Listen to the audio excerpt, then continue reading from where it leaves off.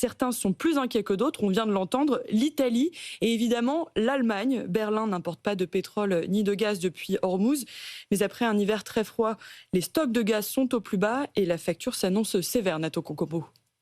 40 milliards d'euros sur 2 ans, c'est ce que pourrait coûter la guerre en cours sur l'économie allemande. Selon les projections d'un célèbre institut, 70% des ressources énergétiques allemandes sont importées, pas de nucléaire, des énergies renouvelables pas encore assez développées.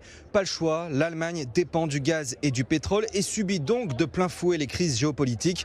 Une politique énergétique dénoncée par Mürterem Arras, députée écologiste et présidente du Parlement du Baden-Württemberg. Les événements actuels vont frapper l'Allemagne très durement, ce qui rend d'autant plus important que nous devenions réellement plus indépendants dans nos approvisionnements énergétiques.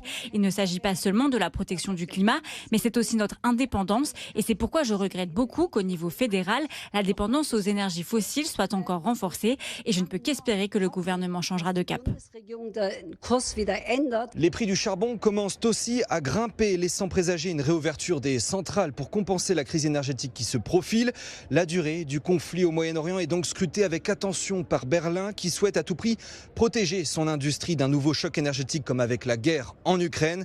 Le chimiste BASF, l'un des plus gros consommateurs de gaz en Allemagne, pourrait par exemple augmenter ses prix de 5 à 8% selon les analystes.